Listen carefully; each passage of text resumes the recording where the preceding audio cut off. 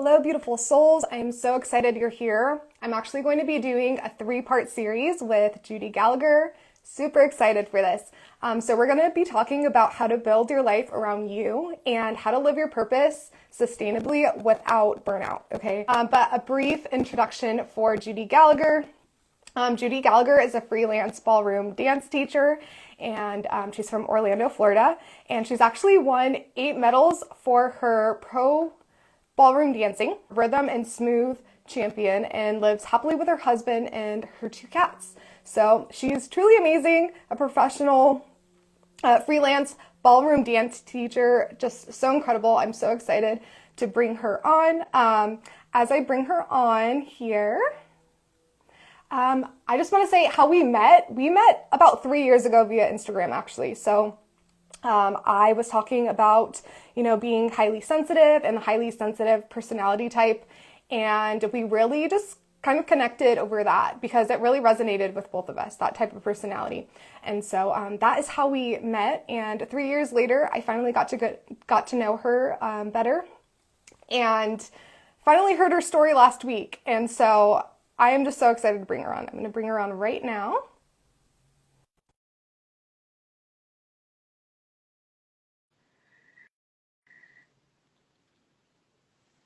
My allergies are getting the best of me this morning. Hi. Hey, Judy. How are you? Hi, Fresh. I'm good. How are you? I'm good. Thanks. Thanks so much for being here today. Oh, of course.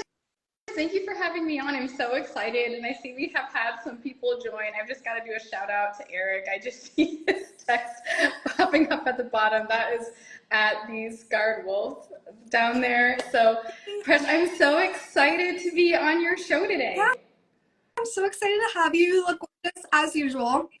Oh, thank you. Before we get into your story, I just want to preface with, your story was just so synchronistic with what I post about, and it's just kind of mind-blowing.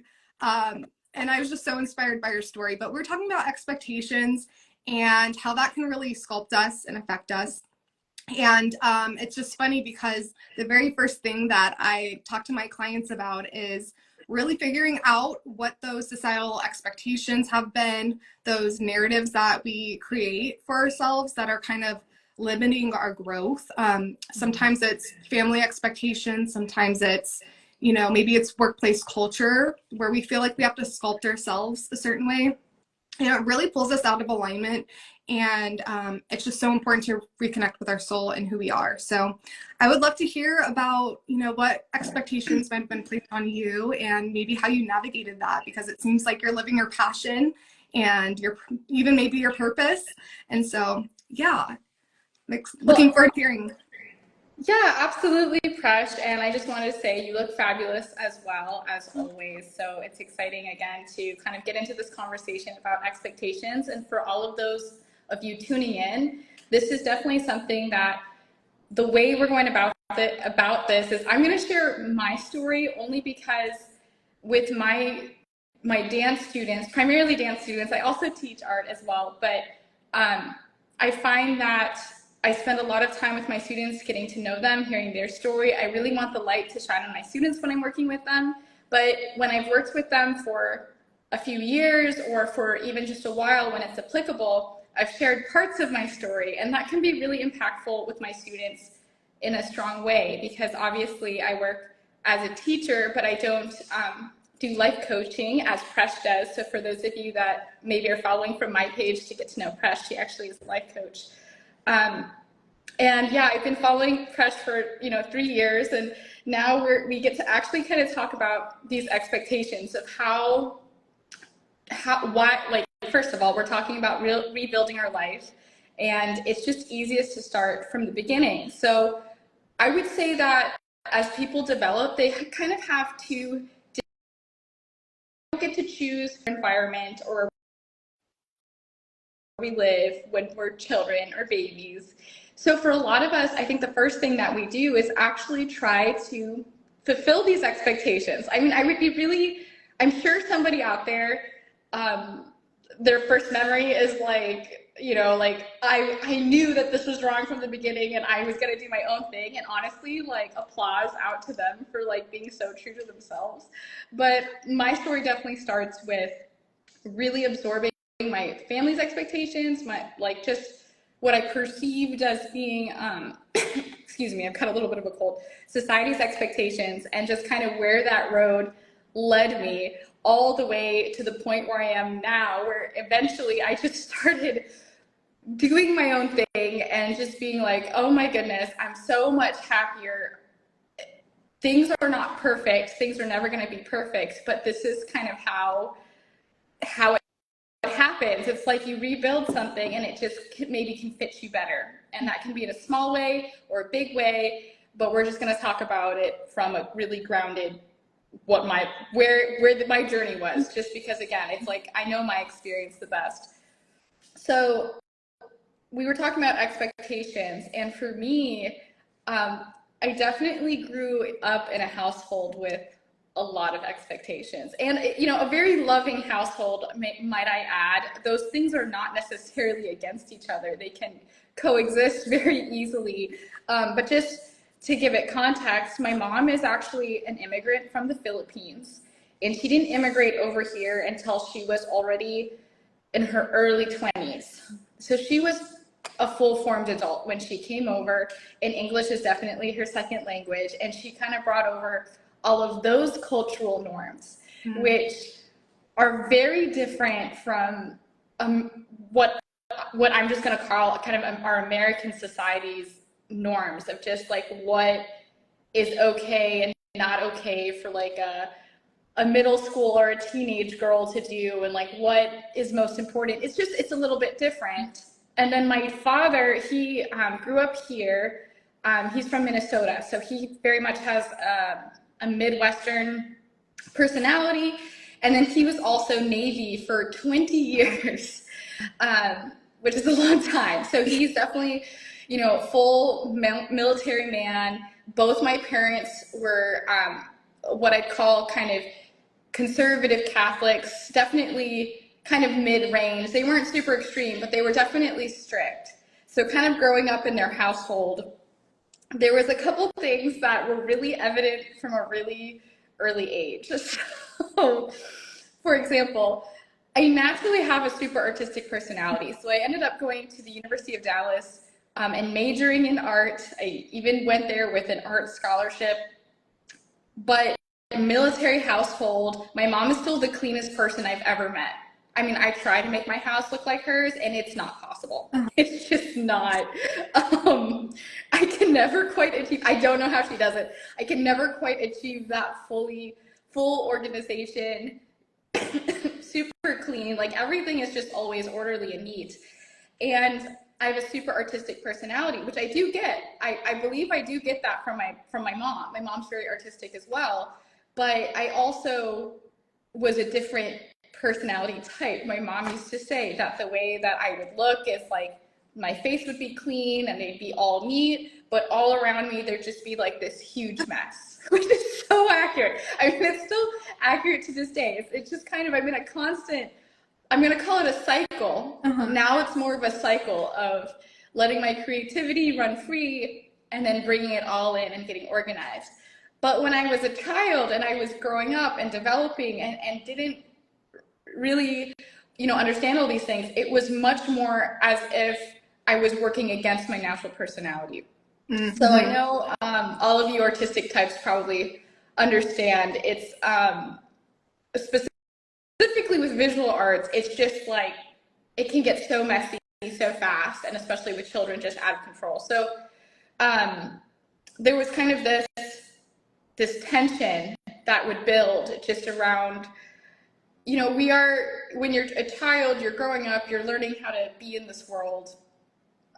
And I do feel that my parents were supportive of my artistic abilities, only because they were not harsh towards me about the fact that I liked art or that I liked making art, but they also were very much of the mindset that it was the absolute last thing of importance, right? Like all my homework needed to be done, all of everything needed to be neat and clean, and the orderliness and the neatness and the cleanness came before everything else. And if any of you have ever done art projects, you just know that it can be really tough to be constantly putting something together, putting it away, putting it all together. And then if it's the very last thing at the end of the day, what would happen with me is I would try to stay up late as a child doing the one thing that I really wanted to do, which was create this art project. And it was usually something very childlike and artistic. Like I would get really hung up about building a habitat for my pet rock. Oh, so cute. I'm serious. My brother and sister are witnesses, and they would do it with me as well. But we would like build these habitats in shoe boxes out of paper. So when we would be cutting paper, and it would get messy really fast. And what would make it really, I saw my sister just join, so she'll know what I'm talking about. So it was tough sometimes, and I think that it was tough on my family as well. When I was younger, society views our artistic talents and interests very differently in very, very young people versus older people. I see my sister just sent a message that says Chef Frog, which was a character that I made. I think that one was mine, and I made him out of clay, and we used to make habitats for him as well. But we did this a lot. We made messes a lot. But as you get older, you know, what's happening is my parents were very much self-made people. They were people that really didn't come from a lot. So I have a lot of respect for them for doing that.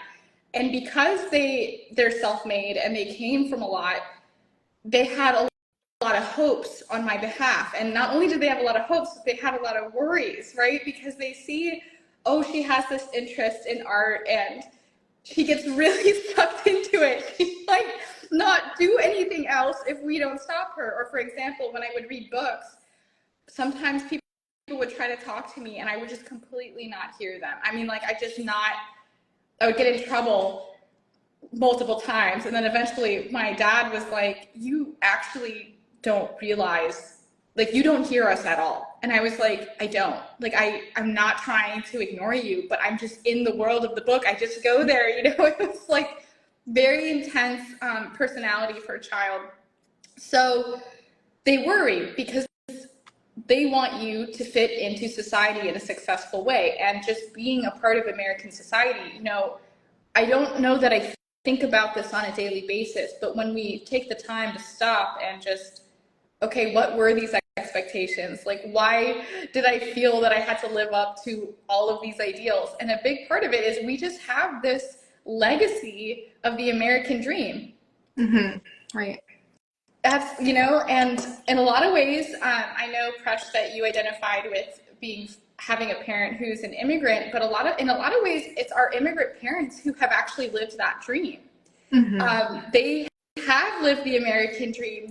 They've kind of gone from nothing to building their life into something. And so they want you to build on that legacy. And while that is beautiful and absolutely wonderful, it does add some pressure.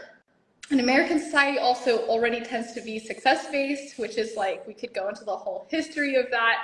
But when you just think about like just Americans, American culture, like what's important to us. And a lot of things are about things that are quick, that are productive, and that are like undeniably successful is kind of how I would say. And especially when I was teenager, and I'm sure that this is still around today, but I just know, like, for all you millennials when you're in school, it was like this big deal of, hey, you guys are the future. Generations and generations and generations of people are handing you this world. We've done all this work. We've come so far. Like, can't wait to see what you do with this. And you know, meanwhile, like, also getting backlash as well, where, you know, I still remember when teachers started putting everything online, and it's like, no more snow days for you. You're going to go online and you're going to do the work that you would have done during the school day in this setting. And then simultaneously, you have other people from previous generations being like, you guys are always on your phones, you're always on your computers, You don't go and play outside. And with the internet, with technology, just with so having access to so many people and so much information, and for us specifically, gaining more access to more information over time. You know, I can't even imagine what that must be like for the young kids of today, or the teenagers of today, or even the Gen Zers that are, you know, bridging that gap now into being full-fledged adults. It's just so much possibility and so many options that in and of itself offers some pressure. And then on top of that, I had my mom, who, both my parents are traditional. My mom, she did want me to do well in school, but there was also this expectation that I would also learn the skills of not just going to school or learning how to have a job or a career, but that I would also retain all the skills of being like a great homemaker, a great wife, and a great mother, and just being able to keep up. Yeah. When I laugh, because I really thought at a young age, I mean, my mom would sometimes we would fight, and I'd be like, Mom, I can't possibly do all this. I can't keep my room clean, and also, you know, get up at 5 a.m. to catch the bus to school. And my mom would be like, if you can't learn to keep your room clean, you're never gonna get married.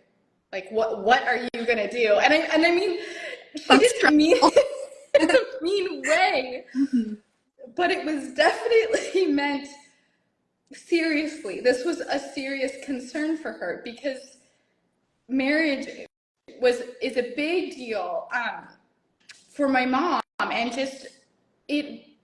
Honestly, my mom's marriage to my dad was a huge positive impact on my mom's life. I mean, there was challenges with that too, but I think that it was just this really huge positive impact on her life overall. So I just felt this pressure of being able to find that, and I'm going to go ahead and go to a place that this is going to be a little bit more serious, but I'm just going to go ahead and throw this out there. Yeah, go for it. I went to private Catholic school all the way from about the 6th grade all the way to the end of high school. And actually I went to a Catholic college as well. So I went to Paul VI Catholic High School, which is in Fairfax, Virginia. It's actually the third richest, Fairfax is the third richest county, or it was the third richest county in all of the United States. Oh, wow. Which can kind of give you an idea of that I experienced a huge culture shift actually when I went to high school. Not in a bad way, but just it was different from the place that I went to middle school. And I had to drive. I had to get on the bus, and because we had to make stops, I mean, it would take us an hour to get to school.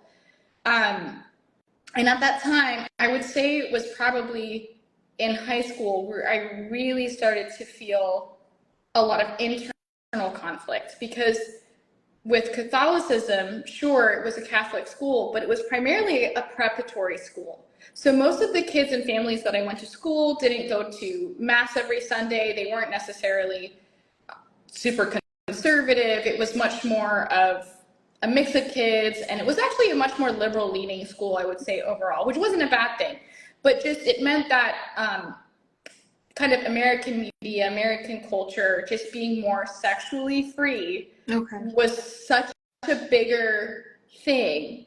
Meanwhile, I had like, you know, it's almost like having the angels on your shoulders. It's like I had this almost like a sounds bad. I'm not saying American culture is bad, but it was almost like having a little American crunk with a pitchfork, like from the Emperor's New Groove, like just having that little guy just being like, okay, you could just live your life like everybody else, or what you see on TV, or like the show I'm thinking of is Degrassi. I can't believe that popped into my head, but I don't know if you remember Degrassi, but it's like always all this crazy stuff happening all the time on Degrassi, like lots of drama. And then on the other side, I kind of had this like holy angel kind of from my parents' side that was very much like purity culture and doing the right thing, you know, not putting yourself first. And I would say that there's an overlap. I think that in both American culture and society, and I think also in just where my parents were coming from, that there is this idea of women kind of being, it's a Victorian idea of like women kind of being perfect and being this vehicle into like good morality. Yeah. And it's a lot of pressure. I mean, it's a lot of conflicting narratives, right? Like on the one hand, you had American society being like, don't depend on a man to be there for you because, like, Cinderella, boo, there is no such thing as a Prince Charming. And then on the other side, you have, like, my mom who's like, if you can't master the art of laundry, you're never getting married. Like, it's like the ultimate worst potential outcome. And I'm just over here, like, teenage girl, and I'm just like, okay, yeah, that and that also gonna get good grades, also gonna get well-rounded, gonna keep dancing, I'm gonna also play soccer. Like, I feel like it was like, I feel like I tried to do everything. I mean, just hearing that makes me like, ah. And I don't think I was the only one. Yeah. Yeah. I think a lot of people would identify with that story, whether they're like, they were in school at the same time as me or not. I think that a lot of us, the way that we try to secure love is we just try to be what we feel that we're supposed to be. And that is not necessarily a bad thing, but at some point there is a price. And this is kind of where my story kicks in, is I really followed that, did not have a ton of, I had some dating experience. I had a really wonderful high school boyfriend that I was with for about 3 years. He was a very nice guy who was very understanding of where I was coming from, but who would also get a little bit frustrated, understandably, about some of the restrictions like on my life. I mean, I had to fight my mom really on a lot of freedoms that thankfully for my brother and sister, my mom was more used to it by the time that they came around. But I mean, even just things like going to like a sleepover with another girl was like tough, or like going to my boyfriend's house, even if it was like dinner with his family, was kind of, my mom was not really crazy about that. So there was just a lot of, yes, sheltering. I've heard people kind of say that when I shared that part of my story. And I would say that there was some sheltering, but I wasn't so sheltered to not know what was out there. It was more that I was really honestly feeling a lot of perfectionism. I was just so afraid of making a mistake, and so afraid of hurting other people's feelings, so afraid of disapproval, just not being what that other person need me to be in the moment. So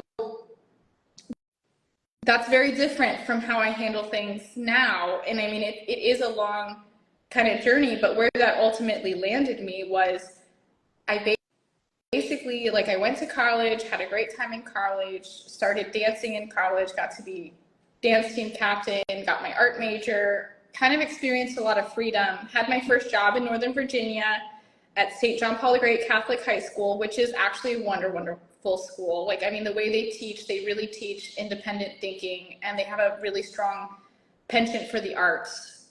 So they brought me in to write their dance program, which they offered as classes, and also teach art, also taught some Spanish. But I basically kind of had this really fantastic time, and still was being a perfectionist, and was still trying to live up to all these ideals, still very afraid of making mistakes. And I'm not saying that learning an alternative way means that you just, everything that you think and do is always right, and you never admit it when you do a transgression. That's not what we're saying. We're just saying, what is that price? For me, the price was, I ended up getting married at 26, and that for me ended up being a very painful ordeal. There's a lot of factors in that made it really challenging, but I'll go ahead and I'm going to give you a little trigger warning that this is going to get a little bit deep for a bit, and a little bit probably disturbing, but I am going to go ahead and just share a little bit about that. Again, kind of going back to the purity culture thing, the one area where I was very sheltered was I had never really been physically intimate with anybody in a way that prepared me for what could happen or what to speak up about or watch out for once I was married the first time. So when I was married the first time, that was my first time of being intimate with anyone. And my ex-husband was so severe and not really there with me that, I mean, I completely blacked out and couldn't really remember the wedding night at all. And I am not a big drinker, so I was completely not drunk. This is not one of those things, but it was something that it wasn't until probably 2.5 years later where I started having access to those memories of like what had actually happened. And so I am talking about sexual abuse for anybody that, you know, might need more of a label on that. And that was just kind of the beginning. So it seems really likely retrospectively, like once I got out of that situation and started getting help, it seems very likely that he had something called malignant narcissistic personality disorder. And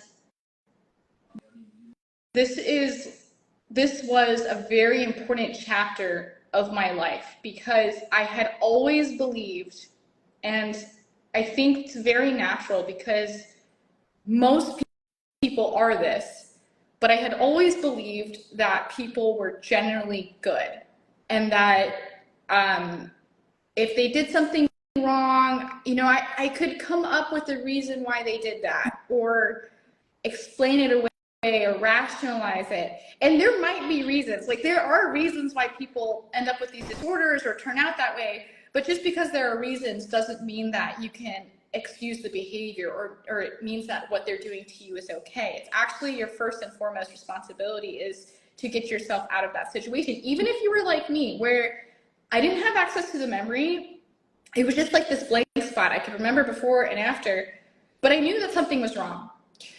And I also knew that my memory had more blank spots in it. So this was a recurring thing. I was with him for almost 2 years, and that was probably the worst of it that was recurring.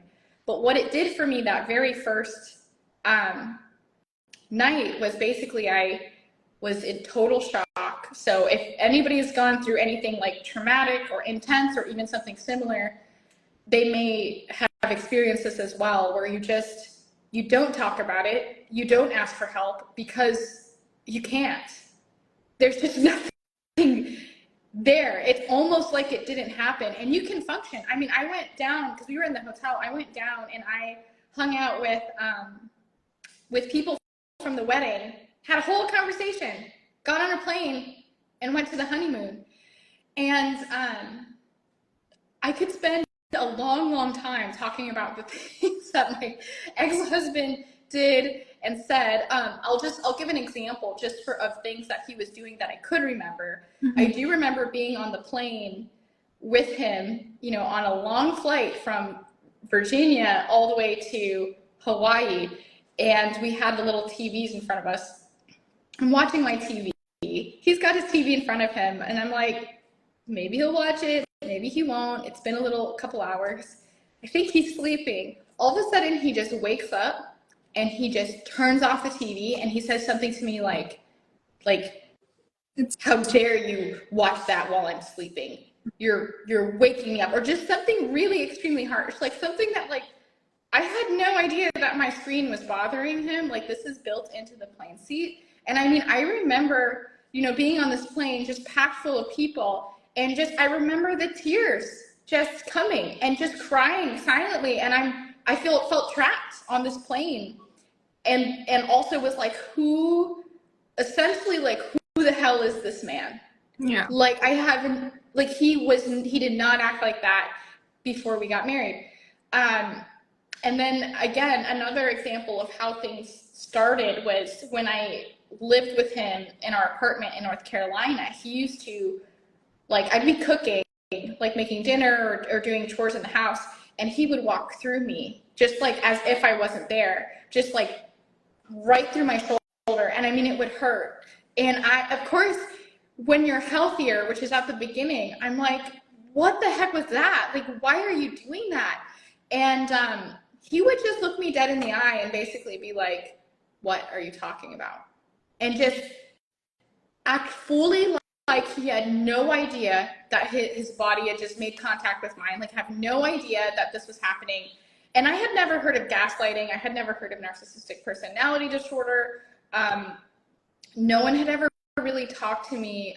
Like, not only had I not been intimate with anybody physically, like on the full level, but I also hadn't really talked to anyone about it. So I didn't really have a resource of like anyone that I could really just go to and be like, hey, is this normal? Or like, things just seem weird. And when I would reach out to, honestly, my mom, and I love my mom, I just being accurate to the story, because if you are going through things like this, it gets complicated and your relations get complicated. But I would try to tell my mom, and my mom would very much think that I was exaggerating, or that I was very much telling my perspective, and that it probably wasn't all that bad. I was not able to talk to my mom about the sexual abuse. Like, I was in shock, I think, for a couple years. Yeah. But I was able to talk about the smaller things. And my mom would be like, I mean, my poor mom, her advice would be like, try not making him mad, and, you know, do like she'd give me advice, like doing certain things to help him be happy. But I mean, I was doing everything. Like, I would do all the grocery shopping, I did all the cleaning, I did all the cooking, and I worked. He didn't want me to work. He didn't want me to work, but really he just didn't want me to know anyone or have any friends in North Carolina. But I continued working. I worked for a different dance teacher who had a studio. She retired, and she basically handed her little studio over to me, and then I kind of redid everything to make it more economically sustainable. Made a lot of collaborative friends, including Billy Morozoff, who's still in Fayetteville, North Carolina, which is an Army base, and he's amazing. I mean, I made all these amazing friends, and the situation essentially got worse and worse. So ultimately, and I mean, if people want to hear more about that, I'm happy to talk about it, but I'm going to kind of keep things rolling here, because we could spend a long time trying to make sense of everything that went down there. And trust me, I've tried. But basically, things were escalating, and the more successful I was in my job, I got to do a lot of really fun events with Fayetteville, like Dancing with the Stars of Fayetteville, which was a charity event, and my dancers were featured. The worst and worse my ex-husband's behavior became, to the point where I had students' parents taking photos of him, sending it to me, and being like, do you realize that when your husband's watching you, he looks like this, like he would cross his arms and he'd stare at me like this, like while I was talking before the recital started. So it was getting out of control, and I was afraid, to be honest with you, which is also, I think, one of the things that we were talking about is like really what it means to kind of be brave and take those steps, and how that kind of ties into dance, art, life coaching. Like, all of these things are related to each other. And this next part is actually really exciting, even though it was also very scary at the time and extremely difficult. And I only say it's extremely difficult because I just know that we're going to be sharing this, and I really wanted to share my story. But for people that are actively, if they're going through a period of their life that is in a dark spot for whatever reason, or that they're trying to make these changes and they are scared, maybe they're scared of someone in their life, or maybe they're just scared of not being successful or changing, like, all of that is perfectly legitimate. And there are real world consequences when you change your life. And it's okay for you to take the time to decide what you can do and what maybe you're not ready for yet. And 100% ask for help from people that you trust and respect, because the trust thing is important, right? Like, you really want to be getting assistance with people that are there for you and that trust you and aren't going to get sucked into, for example, the story that a charismatic narcissist might be able to spin at the moment. But long story short, I ended up leaving North Carolina and going to drive to my sister's place in Orlando. And again, just to kind of give people a snapshot of what that was really like. I had been trying to leave by myself for a while. Like, I had been pushing my dance studio to be successful because I had to. I mean, everything was just, he was controlling everything. He was controlling our finances. Like, I mean, part of the reason why I opened up my own business was because he had convinced me to close my bank account. And I had ended up giving him all the money that I had and that we had gotten from the wedding, which was a solid amount, like probably somewhere around $14,000. Mm-hmm. And then he paid off his car in entirety. And then he started emptying our bank account into an account that he said I didn't have approval to be on. So I opened up my own business so that I would have cash. And I was almost forced to be business savvy. And at the same time, I was deeply ashamed of what was happening. I mean, anybody that's going through something like that, I hope that you're able to realize it's not your fault and it's nothing to be ashamed about. It's like, these things do happen. And it doesn't mean you're not smart or not capable. It's just that you may need help getting out of that situation. For me, what that meant was that I'd been trying for a long time. Finally, not even gonna lie to you, there was one night I went to sleep crying. I was praying to God. I was like, I really want to leave. I don't know how I'm gonna leave, and I don't know what I'm gonna do, but I'm afraid to leave. I'm afraid that I'm doing the wrong thing. Like, I had just really grown up with this idea of how sacred marriage is, and I was like, my ex-husband did a really good job of convincing me that everything was my fault. And I was also having this preconditioning of just taking on too much responsibility for others. Mm-hmm. So finally, the morning after, I had been literally crying, like praying, like, please send me a sign so obvious I can't ignore. Like, that was literally what my prayer was like. Mm-hmm. I woke up the next morning to my phone ringing, and it was my dad. And I answer the phone, and all my dad says is, hey, I think you should leave. And I was just like, that's the sign. I was like, I don't know if it's God or the universe or just that I really want to do this, but I'm like, if that's not a sign, then I don't know what is. And I'm not saying that you should live your life by signs either, but I wanted to go. And I was like, okay, I'm not alone. My dad is actually on board with me. And at the time, my mom wasn't yet on board with me, but she did right before I left. But my dad was on board with me, and I will be forever grateful to my dad for doing that. Honestly, I like almost crying because I didn't really know for sure if I was gonna basically leave and not have the support of my family. And I did have the support of my sister, of Julie, but Julie I had talked to her about some of the stuff that was going on, and she called me and was basically like, leave. She was like, I'm in a new house in Kissimmee. I'm renting out a kid's room and I have a bunk bed. Come stay in the bunk bed. And I still didn't know how I was going to leave because, like I said, I was actually quite afraid of my ex-husband, and he would do things. Like, I found a tracking device in my car. He took the wheels off my car one time when I was trying to go to a lesson. I ended up taking his car, but he was not happy about it. He literally physically fought me about it. But at this point, I had become so used to how he was that I knew he was going to, and I somehow got in the car and just drove to teach my lessons because I was just like, I just had accepted that he just was the way he was. Mm-hmm. And the day I left, he just came in. He got up in the morning, he got dressed, and was basically like, I'm going to Anthony Wagner's wedding. I'll see you on Monday. And he just walked. Oh, and then the last thing he said to me was, don't escape while I'm gone. And he just walked out of the apartment. And I mean, it was so it is surreal when I think about it. Like, honestly, when I think about those years of my life, it almost feels not real. But I lived with the consequences of it for so long that I 100% know it was real. Mm-hmm.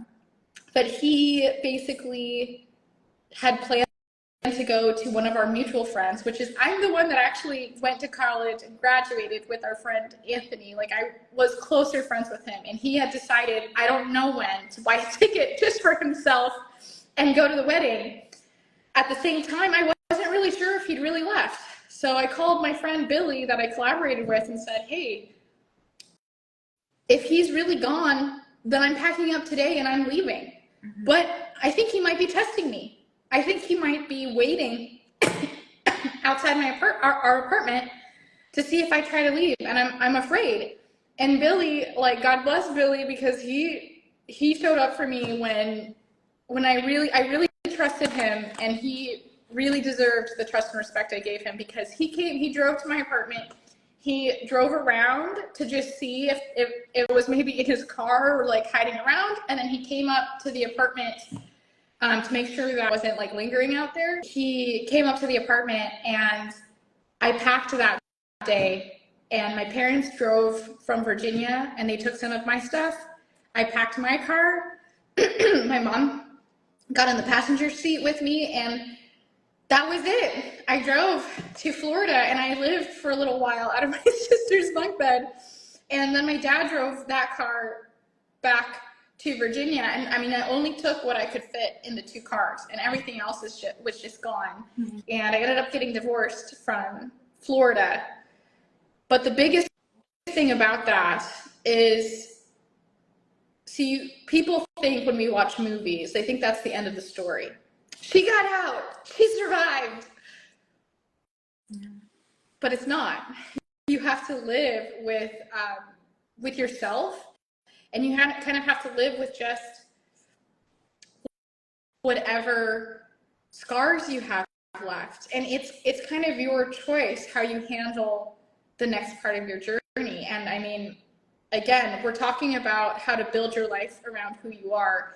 And this was a long preface. This was kind of a long introduction to why that might be so important, and maybe some of the worst case consequences of what could happen if you just try to live up to other people's expectations all the time. I mean, I would be lying if I said that the first time I got married that I was just 100% into it.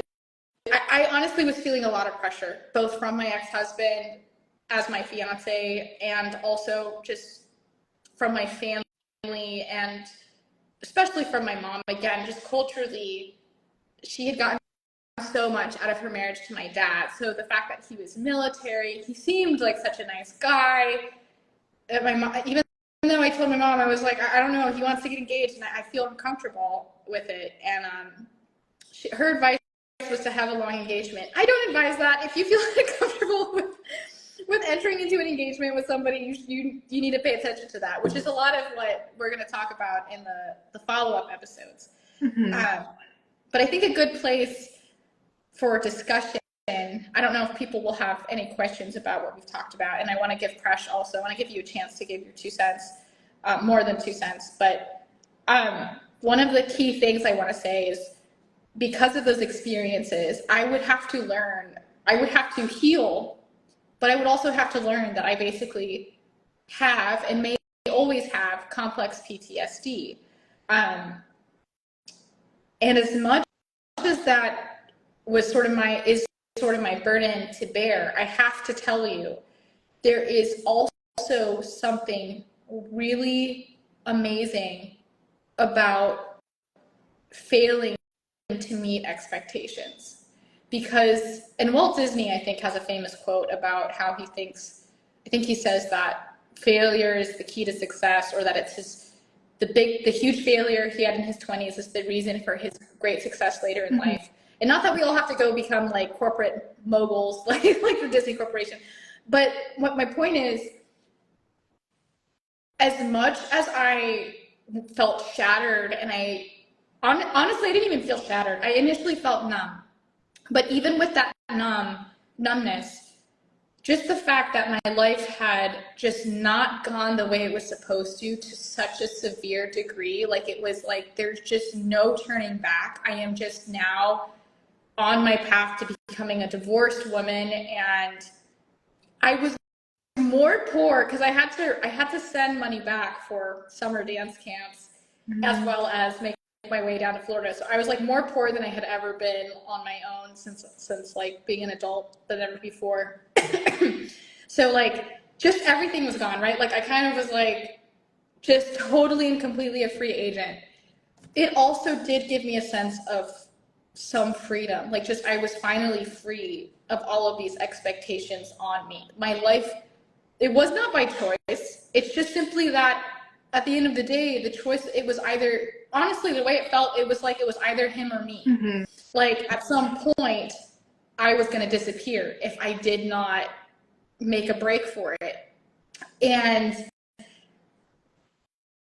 when I finally was like, because I had already decided in my mind before I left that I was going to go, before my dad ever was like, hey, I think you should leave. I just wasn't sure if I was going to have to leave basically by myself with minimal help, or if I would have some help.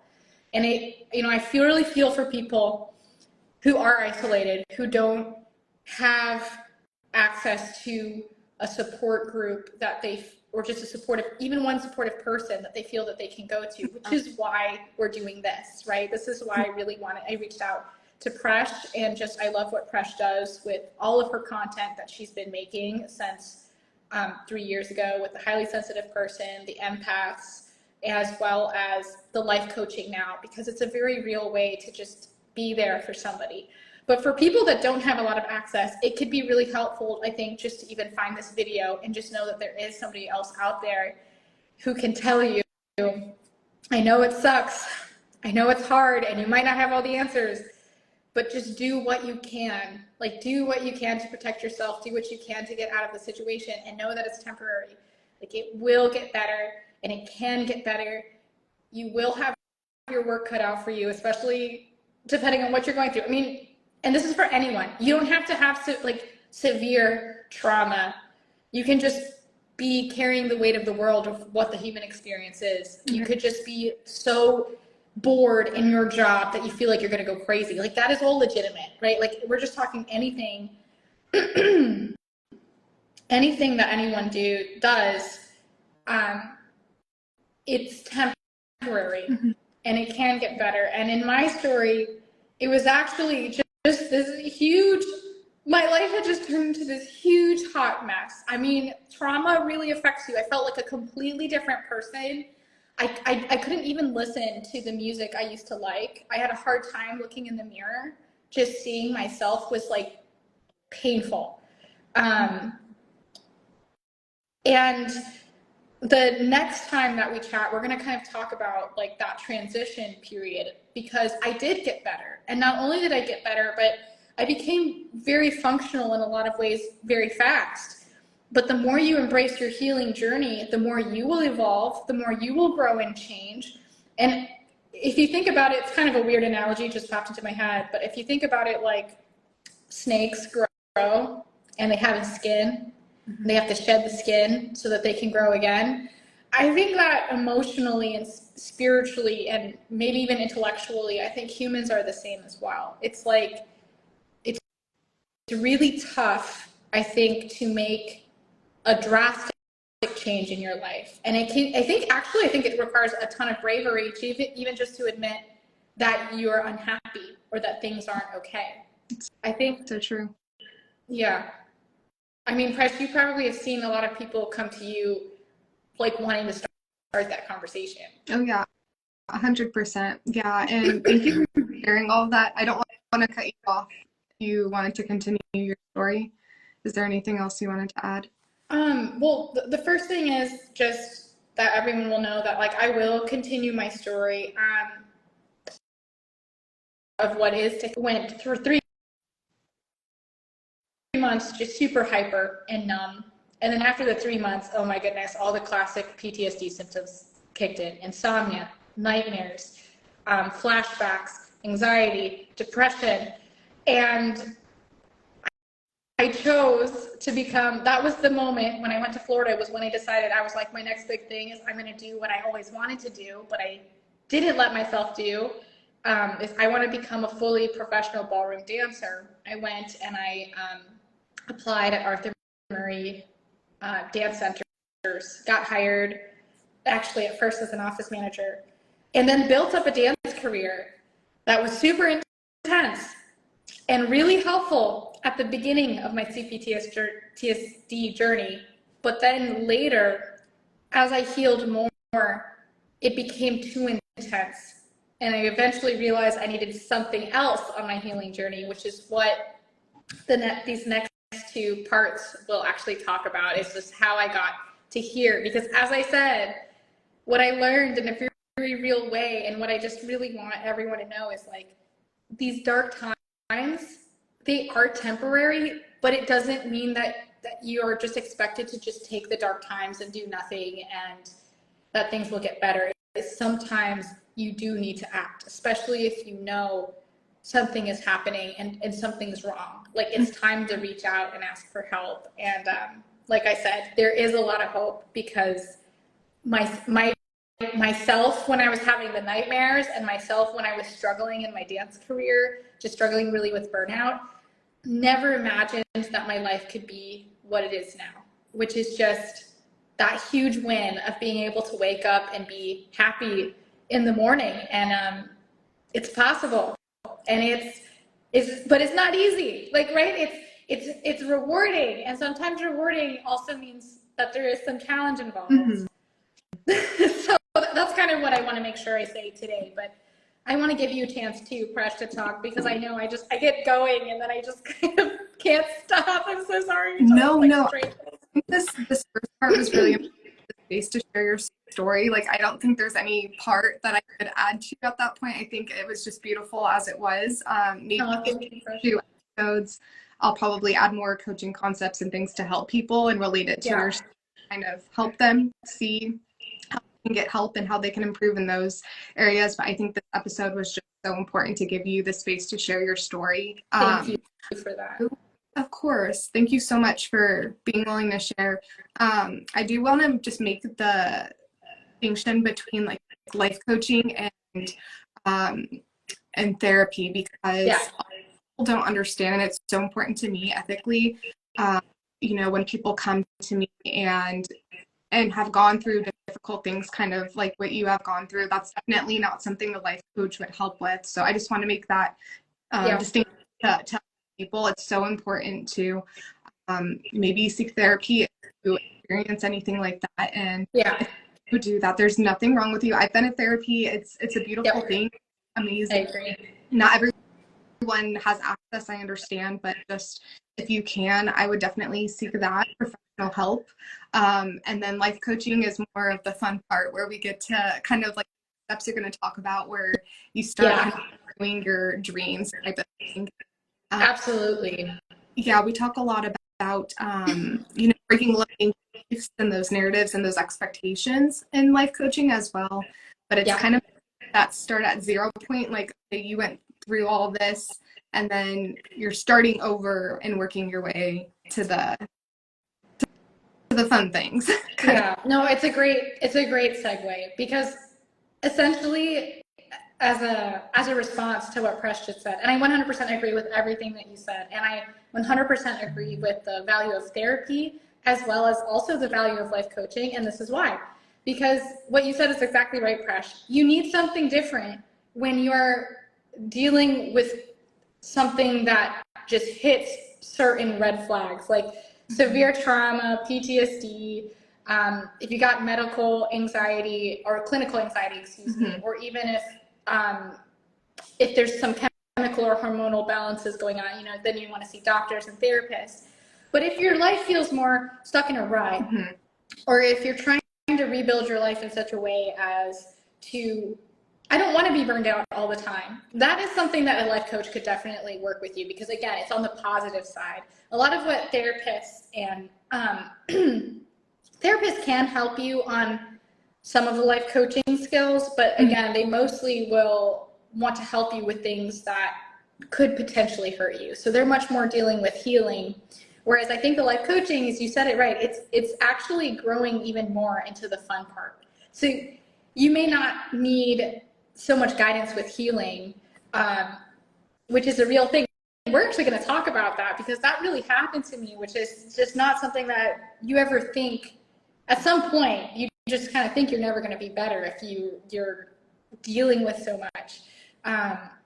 But actually, many things are very manageable. And once you're able to manage them, that's when you do move into the next stage. I mean, that is the stage where I essentially healed in my dance career. And then as I realized, I was like, this is not sustainable for me. My life kind of moved into a more rebuilding route, which is going to be the next episode that we talk about. And I feel really special, Presh, to be on your show. This is also my first time going live. So this was like really, really cool for me, and also a little nerve-wracking.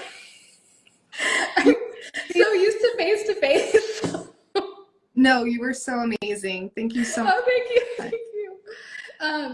And thanks for everybody that tuned in. I mean, I don't know how people normally feel about going live, but I just kept seeing the little thing on the bottom saying who joined. And I mean, oh my goodness, we had so many people join. Oh. I really appreciate all of you. I see you, Jara X and Crinkle Mingle. Thank you guys. You're amazing. So I'm so glad we connected, Crash. And I mean, this is the beauty of social media. Like, I feel like social media gets a lot of hate because, again, it can expose you to things that maybe aren't great. But I think it's a beautiful tool for connecting because, again, I wanted to share my experience because if people are experiencing that, the most important thing to me is not this is how you solve it because it's different per situation, but it's just that it is temporary and it can get better. And 100%, if you're feeling like it's time to be an active agent in making that happen, follow your gut, because if you don't take care of you, there's just no guarantee that anyone else will. So don't let people, have your power. That's like a whole other thing. So thanks again, Prash. It's just been wonderful to be with you on your show. Absolutely. Thank you so much, Judy. And I just want to say, if people want to get in contact with you, your Instagram handle, I believe, is at Judy Gal 33. So it's JUDYGAL 33. Perfect. So you can find her on Instagram there. And then if you're interested, I know she'll talk more about the dance aspect as a professional ballroom teacher and dancer. Next episode. And next episode. Probably too tired to do this tomorrow. So she'll talk more about that. But if you want to work with her, you can DM her. But absolutely. So yes, we'll chat more about that. Thank you for all of that, Crash. Of course. Thank you so much, Judy, for just being open and sharing. And take care until next time. Thank you, everyone. Thank you so much. Bye, everybody. Bye, Crash. Bye, Judy. Bye.